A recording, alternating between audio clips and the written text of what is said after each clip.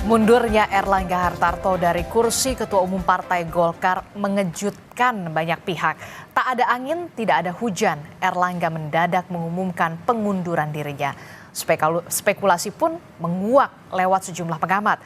Ada yang menyebut janggal, ada yang bilang keputusan mundur dipengaruhi faktor kekuasaan.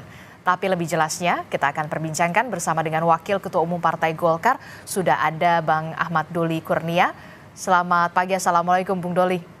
Waalaikumsalam warahmatullahi wabarakatuh. Selamat pagi. Ya, kemudian juga ada Koordinator Juru Bicara Partai Demokrat, ada Bung Herzaki Mahendra Putra. Selamat pagi, Assalamualaikum Bung Zaki.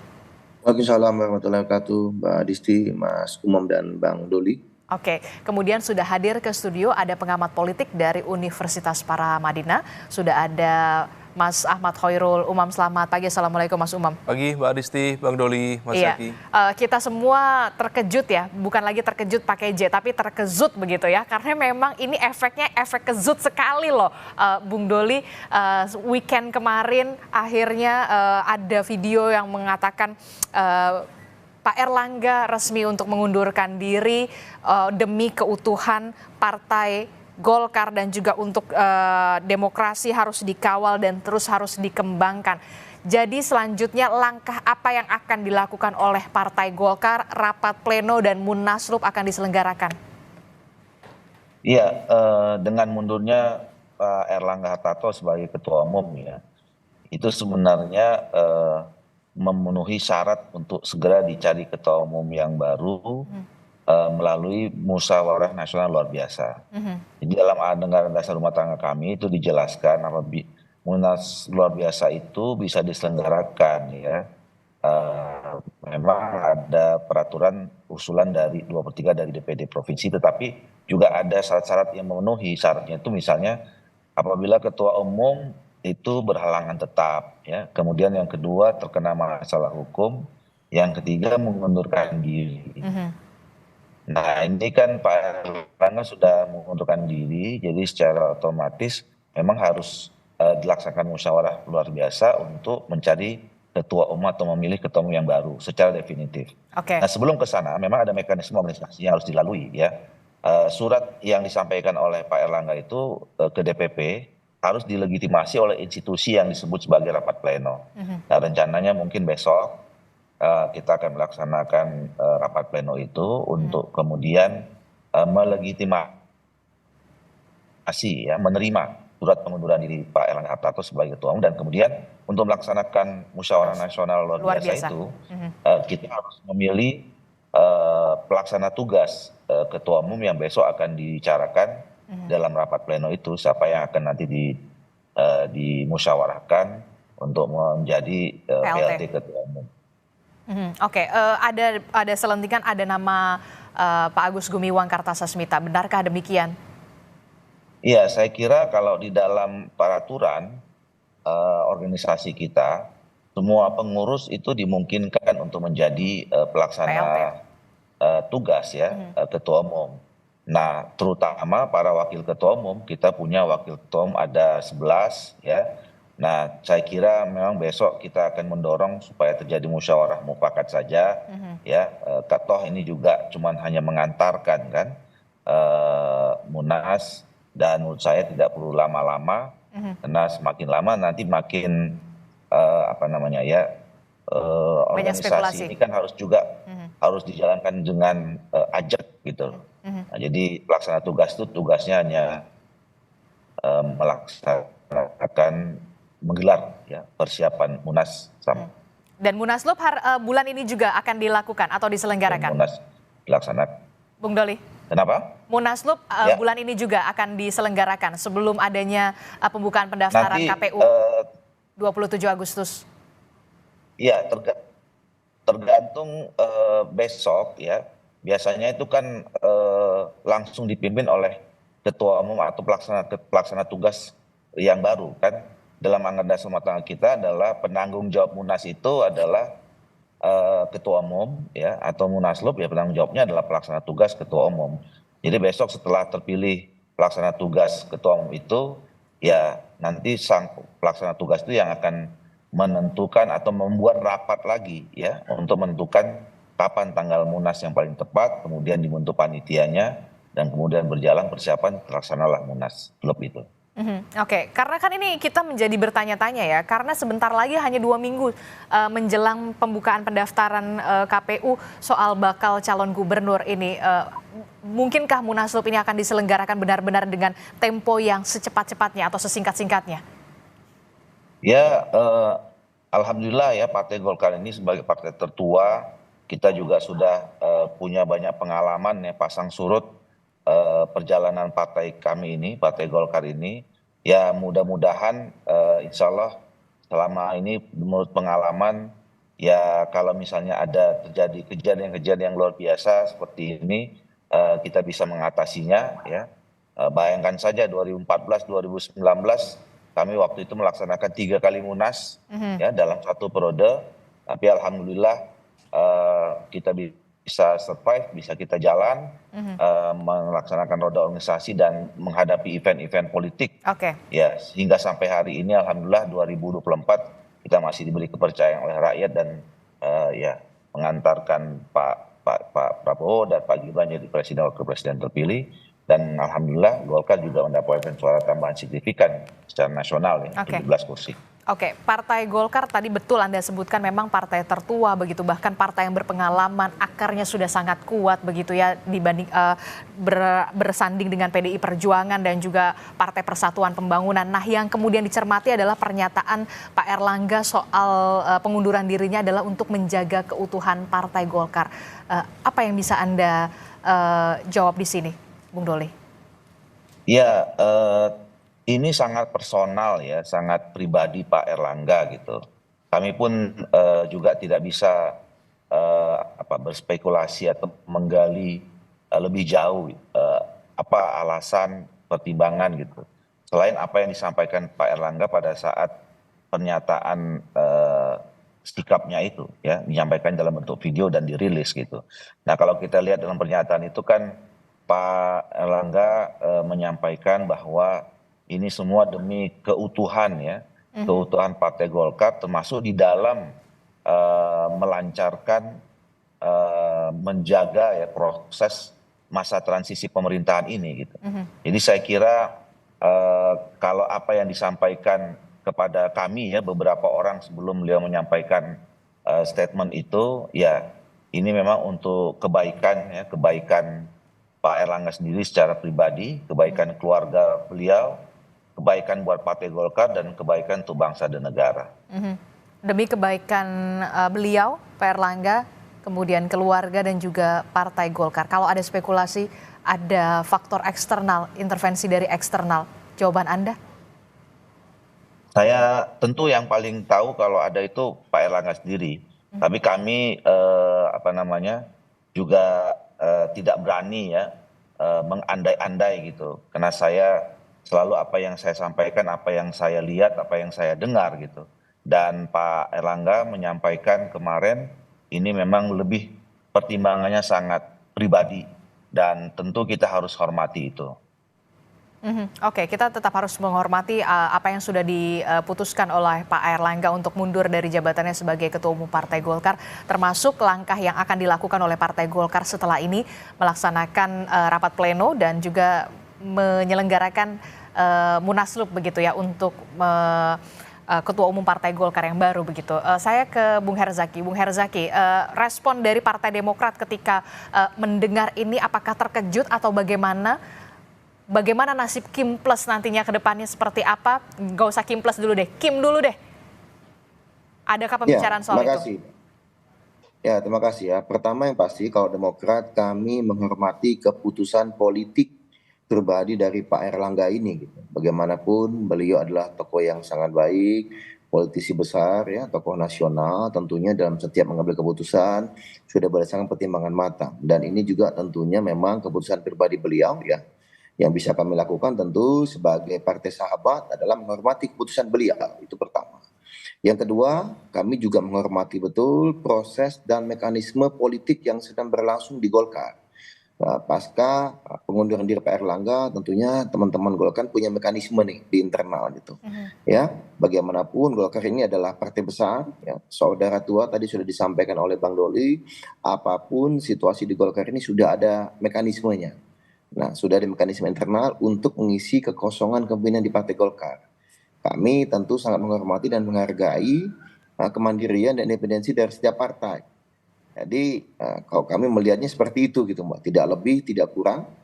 Kami menghormati keputusan politik Pak Erlangga, kami menghormati proses dan mekanisme politik yang saat ini sedang berlangsung di Partai Golkar. Dan kami meyakini ya, bagaimanapun siapapun pemimpin Golkar ke depannya, komunikasi, koordinasi yang selama ini berjalan dengan baik ya, dengan Pak Erlangga, dengan teman-teman Golkar, itu akan bisa terus berlanjut. Karena tadi Mbak, kata kuncinya, satu adalah setiap partai punya independensi, kemandirian masing-masing. Lalu apalagi nih Golkar adalah partai besar, saudara tua kami nih Mbak. Kami banyak belajar nih dari teman-teman Golkar bagaimana punya mekanisme organisasi yang sangat-sangat solid dan sangat-sangat papan gitu. Oke, Partai Demokrat menghormati keputusan politik dari Pak Erlangga untuk mundur dari Ketua Umum Partai Golkar. Tapi begini, Partai Demokrat dan juga partai di dalam Koalisi Indonesia Maju, apakah sudah ada komunikasi bersama dengan Partai Golkar soal mundurnya Erlangga Hartarto ini? Ya, ini kan pagi ini nih, pada waktu yang sama dengan kita melakukan talk show ini, Ketua Umum kami, Mas Ahaye, sedang duduk bareng juga nih dengan Pak Erlangga di sidang kabinet di IKN gitu ya. Nanti kita tunggu saja habis diskusi, mungkin di sela-sela rapat kabinet ada obrolan santai antara beliau-beliau, ya kita tunggu ya, karena bagaimanapun informasi ini juga didapat Ketua Umum kami kan ketika dalam perjalanan menuju ke IKN gitu Pak. Oke, iya betul sekali. Memang karena memang ini rapat perdana ya, rapat paripurna perdana di IKN. Di sana juga ada Mas Ahaye, kemudian juga ada Pak Erlangga untuk pertama kalinya hanya menyandang sebagai Menko bidang perekonomian tanpa embel-embel Ketua Umum Partai Golkar. Apakah nanti juga akan ada pembicaraan atau pertemuan lanjutan untuk membahas soal mundurnya Erlangga ini, terutama untuk bagaimana kesulitan Kim ke depannya, apalagi ini menjelang pilkada juga, apakah nanti akan ada perubahan-perubahan dan dinamika-dinamikanya, Bung Herzaki? Ya gini Mbak, lagi-lagi setiap dari kami ya, kalau di Kim ini saling menghormati satu sama lain. Kami punya kemandirian ya, punya independensi dalam bagaimana mengelola partai masing-masing gitu. Dan kami saling menghormati itu. Jadi dengan siapapun nanti komunikasi yang akan dilakukan oleh teman-teman Demokrat dengan teman-teman Golkar maupun dengan teman-teman Kim lainnya, itu semuanya tentu menghormati mekanisme dan proses internal di masing-masing partai. Sebelum ini komunikasi kami kan dengan Pak Erlangga ya, ketua umumnya, dan juga kayak Bang Doli ini dan teman-teman yang lain termasuk dengan Sekjen. Nah, nantinya kan tentu organisasi Golkar memutuskan siapa nih yang akan kemudian katakan tadi menjadi pelaksana tugas atau pelaksana harian atau apapun itu istilah internal teman-teman Golkar ya, siapapun itu tentu disitulah ketua umum kami dan juga elemen-elemen partai lainnya di Kim akan berkomunikasi dan berkoordinasi gitu Mbak. Gitu. Oke, termasuk juga tidak ada kekhawatiran soal ini masih solid nggak sih sebenarnya Kim ini? Ya solid lah, ya solid. Kita ini partai penguasa loh Mbak, ada 2024 sampai 2029. Soalnya 2 ya minggu lagi loh menjelang pendaftaran, tiba-tiba ada dinamika semacam ini. Yang tadi saya bilang efeknya benar-benar terkejut ini, bukan pakai J lagi, pakai Z. Ya kalau kami melihatnya begini ya, tadi keputusan pribadi ya Mbak. Keputusan pribadi itu kan kami tidak tahu gitu kan seperti apa. Tentunya kita semua hormati, beliau ini orang baik, tokoh besar, tokoh nasional gitu ya. Dan tentu tadi kami meyakini teman-teman Golkar ya itu juga partai besar, saudara tua kami punya mekanisme sendiri ya, mekanisme internal, dan kami sebagai sahabat tentunya memaklumi apapun ya proses yang dihadapi dan kami menghormati itu gitu. Gak ada nih kok kami melihat gak ada kaitannya dan relevansinya dengan keutuhan Kim ya, atau kemudian terkait dengan rencana-rencana pilkada atau apa, enggak ada. Kalau kami ini di Kim biasa saja sebenarnya dalam konteks pilkada ini, ada yang bersama, ada yang tidak bersama, itu wajar saja, dan menurut kami agak jauh nih kalau kita mengaitkan keputusan pribadi Pak Erlangga dengan soliditas Kim. Ini kalau dari kami ya, teman-teman Demokrat melihatnya, karena komunikasi terus kami jalankan dengan teman-teman Golkar maupun teman-teman PAN dan juga teman-teman Gerindra gitu. Oke, baik. Saya ke Mas Umam. Mas Umam, apa sebenarnya yang terjadi dari Partai Golkar ini? Partai tertua, partai yang mungkin sangat berpengalaman begitu, dan kita semua terkejut dengan apa keputusan politik yang diambil oleh Pak Erlangga. Tapi kita semua tentu saja menghormati. Anda membacanya bagaimana? Iya, memang tidak mudah ya. Ada cukup spekulasi besar di balik kemunduran Pak Erlangga ini. Tetapi ini membuka sebuah ironi yang juga sangat luar biasa. Kenapa Anda menyebutnya ironi? Ya, sebuah ironi besar karena seorang Erlangga Hartarto sebagai ketua umum memiliki catatan prestasi yang cukup gemilang. Bahkan dalam Pileg kemarin Golkar mengalami lonjakan elektabilitas yang cukup signifikan. Dari 12 menjadi 15%, kemudian mampu meningkatkan sekitar 17 kursi di Senayan. Kemudian itu setara dengan sekitar 18%. Di bawah kepemimpinan Erlangga. Di bawah kepemimpinan Erlangga. Artinya dari sisi capaian kekuatan politik, itu sebuah capaian gemilang.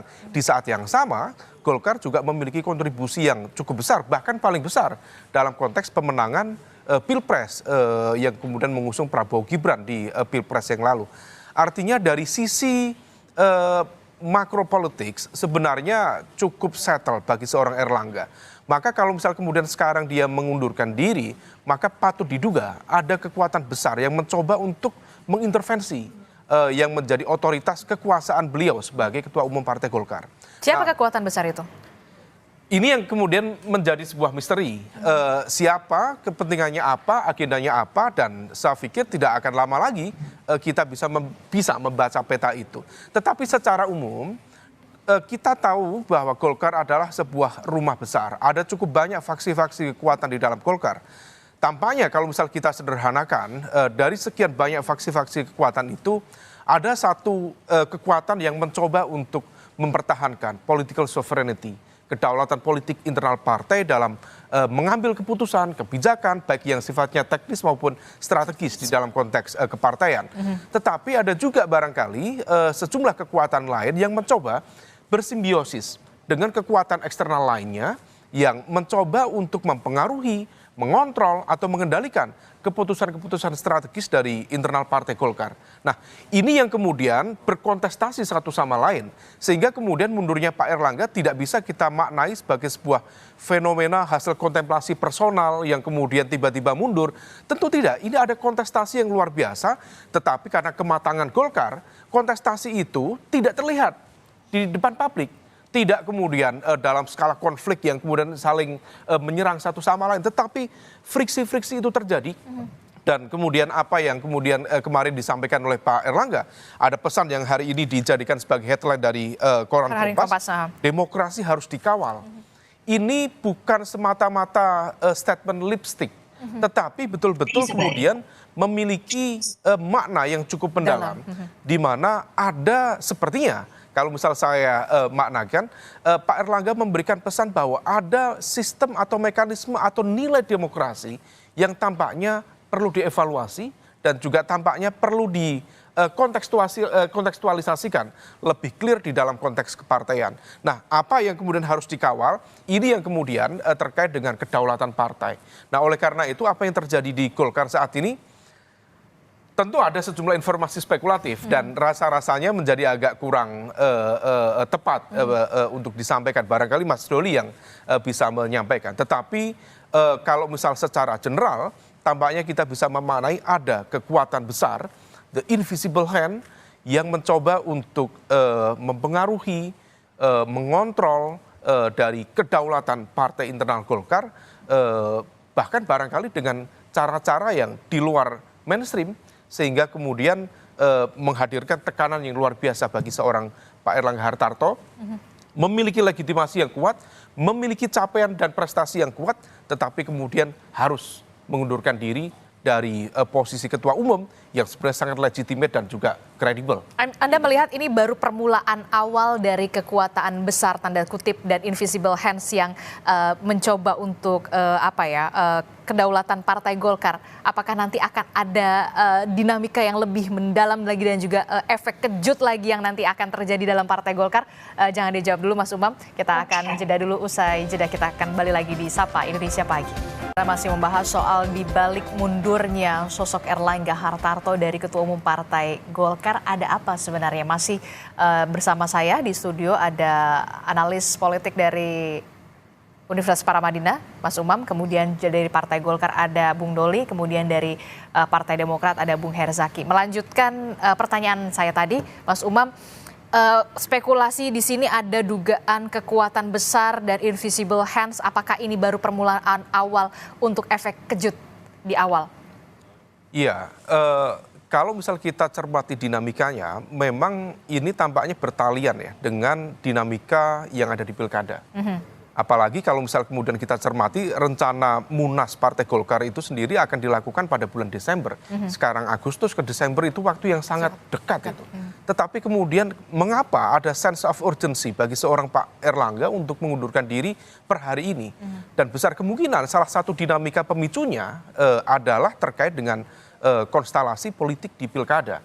Tampaknya ada kekuatan yang mencoba untuk men-take over sekaligus juga memastikan bagaimana komposisi kekuatan di sentra-sentra tertentu, terutama pilkada di wilayah yang cukup strategis. Nah ini yang kemudian tampaknya memiliki implikasi politik yang lebih lanjut. Dan khawatirnya kalau misal kemudian upaya untuk mendisiplinkan itu menggunakan kekuatan-kekuatan bukan hanya politik tetapi juga instrumen hukum dan sebagainya. Nah ini yang kemudian perlu diantisipasi. Dan kalau misal kemudian itu sebagai fenomena permulaan, yang menjadi concern adalah kalau misal memang betul bahwa spekulasi adanya kekuatan besar yang mencoba untuk mengintervensi partai sebesar Golkar, maka kemudian pertanyaan selanjutnya terkait juga dengan pesan dari Pak Erlangga bahwa demokrasi harus dikawal. Pertanyaan selanjutnya, bagaimana kemudian nasib partai-partai yang lain? Apakah kemudian akan ada operasi politik serupa yang kemudian berpotensi mengancam atau mendiskreditkan kredibilitas juga legitimasi dari kekuatan partai politik yang seharusnya independen, tidak diintervensi dan memiliki judgement secara konstitusional untuk bisa tetap berdiri secara independen. Nah ini yang kemudian praktik berdemokrasi yang harus dikawal sedemikian rupa sehingga pesan dari Pak Erlangga itu menjadi sangat penting dan juga relevan. Bagaimana respon Anda, jawaban Anda Bung Doli soal spekulasi ada kekuatan besar invisible hands yang kemudian merasuk ke Partai Golkar, termasuk juga pesan yang begitu mendalam sekali yang disampaikan oleh seorang Erlangga Hartarto yang mengatakan bahwa demokrasi ini benar-benar harus dikawal. Iya, saya kira tadi seperti yang saya sampaikan bahwa saya tidak mau berspekulasi ya. Kami hanya menjelaskan atau menyampaikan apa yang saya lihat secara langsung gitu. Secara institusi kami tidak pernah merasakan ada upaya-upaya untuk kemudian masuk ya apa tadi disebut sebagai invisible hand dan segalanya gitu. Karena alhamdulillah sampai hari ini kan partai ini berjalan dengan sebagaimana biasanya menjalankan sebuah organisasi ya. Apa namanya itu yang pertama.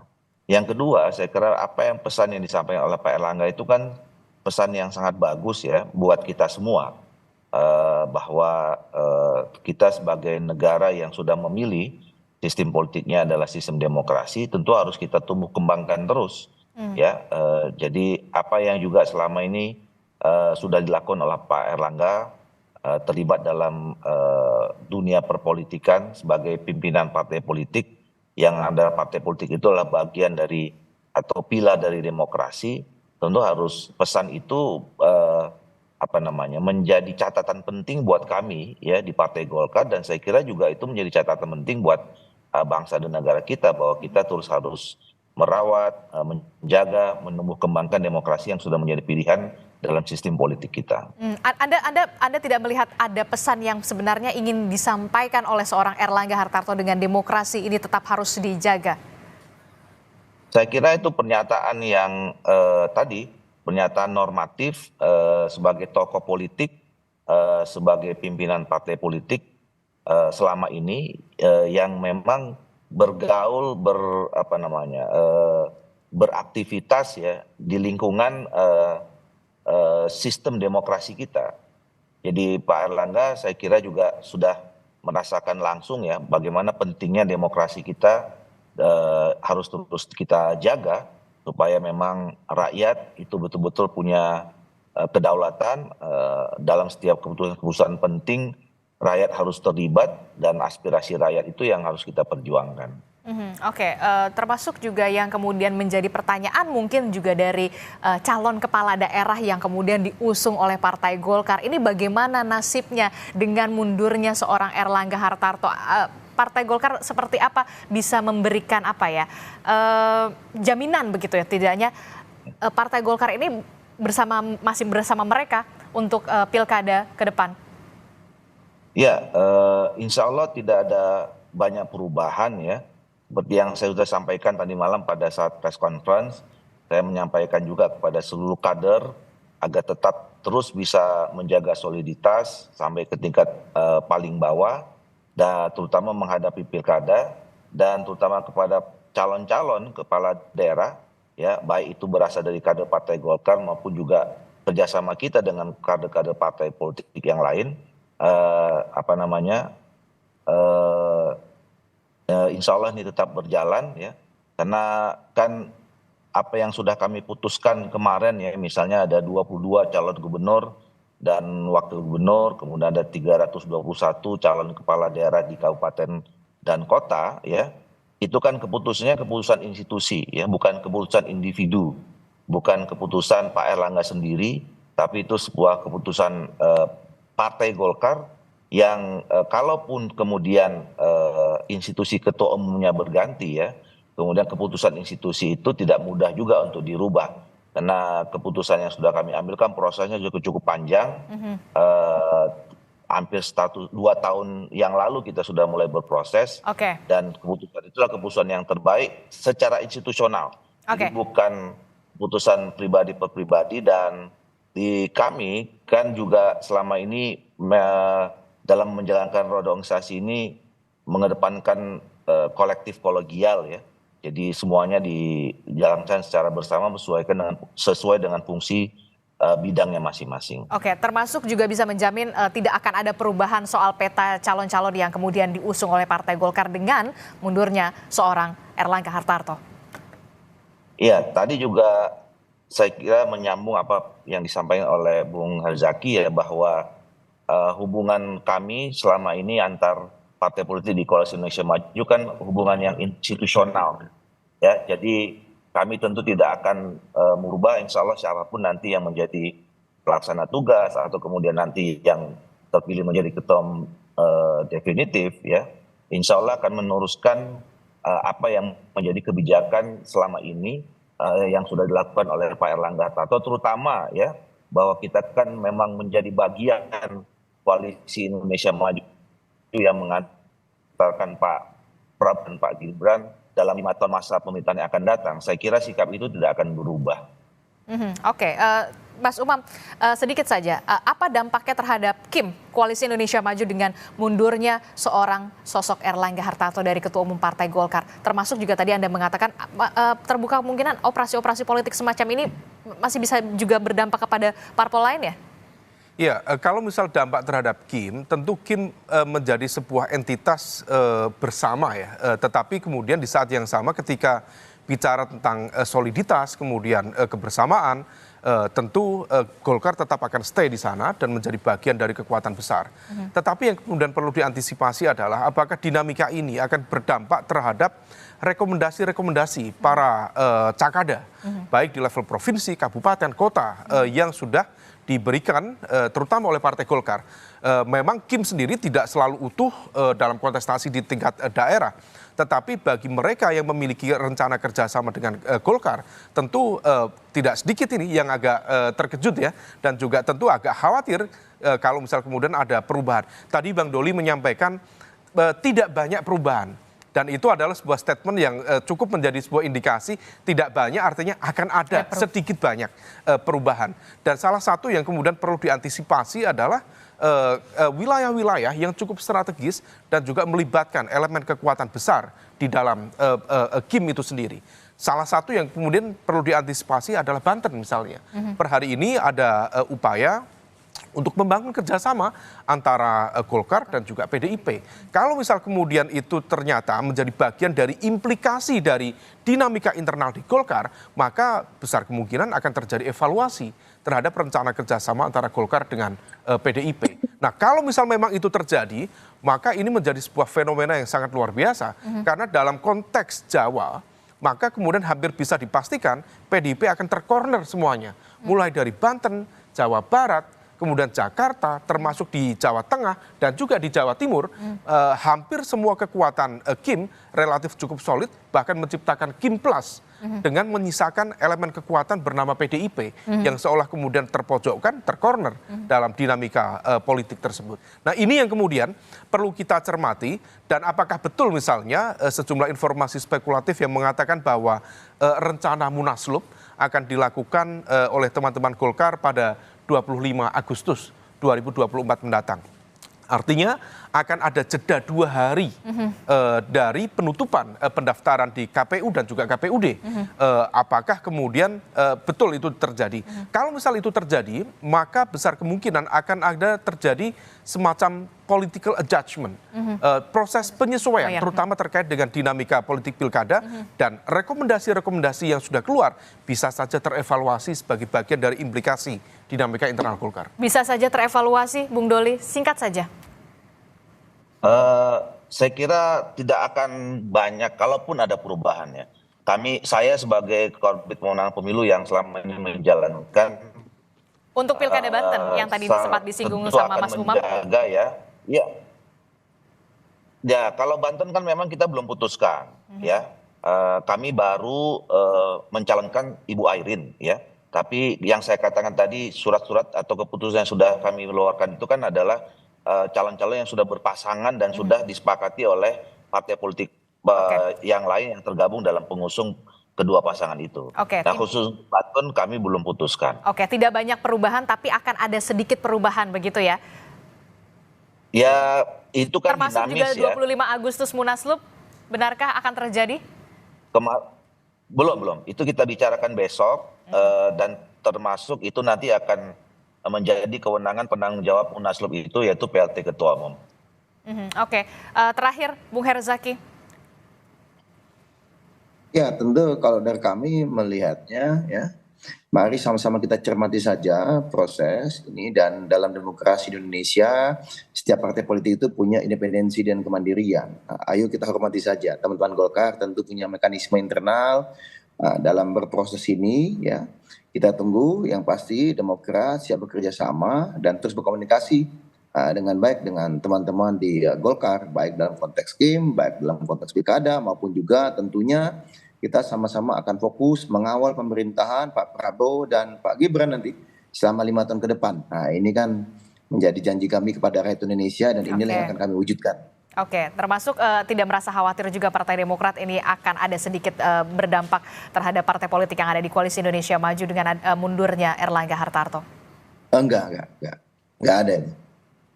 Jadi tidak akan ada langkah antisipasi yang dilakukan oleh Partai Demokrat, dan Kim tetap solid ya kalau menurut Anda, Bung Herzaki?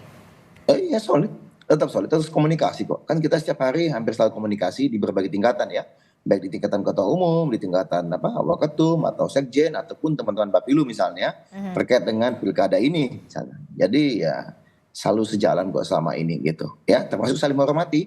Kalau misalnya kadang-kadang misalnya teman-teman Golkar punya jago lain, kami punya jago lain, kan wajar-wajar saja gitu kan. Yang paling penting nanti semua mengawal pemerintahan Pak Prabowo dan Pak Gibran 5 tahun ke depan agar selaras nih di setiap daerah gitu dengan visi misi Pak Prabowo dan Pak Gibran. Oke, kita akan tunggu bagaimana nanti rapat pleno yang akan dilakukan oleh Partai Golkar, termasuk juga menentukan kapan jadwal Munas luar biasa akan dilakukan oleh Partai Golkar untuk menentukan siapa ketua umumnya setelah sosok Erlangga Hartarto mundur dari ketua umum Partai Golkar. Terima kasih telah bergabung bersama kami, Bung Doli Kurnia dari Partai Golkar, kemudian ada Bung Herzaki dari Partai Demokrat. Mas Umam, terima kasih sudah bergabung di studio. Terima kasih Bapak-Bapak. Assalamualaikum, sehat selalu. Waalaikumsalam warahmatullahi wabarakatuh.